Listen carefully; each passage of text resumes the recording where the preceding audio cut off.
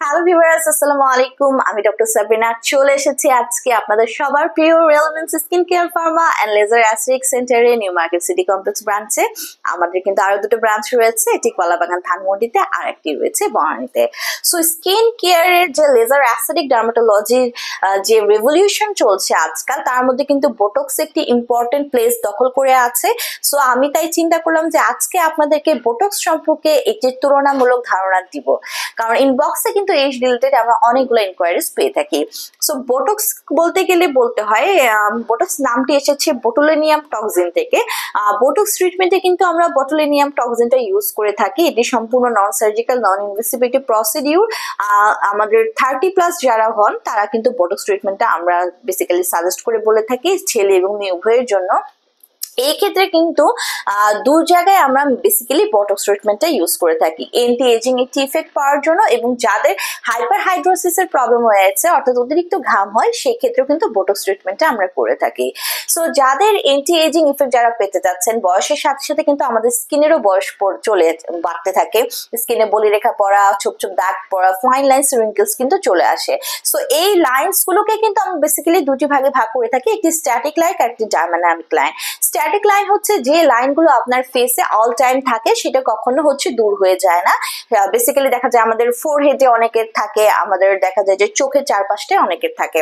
আর dynamic line হচ্ছে সেই সকল লাইন যেগুলোকে আমরা এক্সপ্রেশন লাইন বলে থাকি। যেমন আমরা যখন স্মাইল করি দেখা যায় যে আমাদের সারাউন্ডিং মুখের চারপাশে একটা লাইন ক্রিয়েট হয়, আবার যখন আপনি স্মাইল বন্ধ করেন বা এক্সপ্রেশন দেওয়া বন্ধ করেন সেই লাইনগুলো ডিসঅ্যাপিয়ার হয়ে যায়।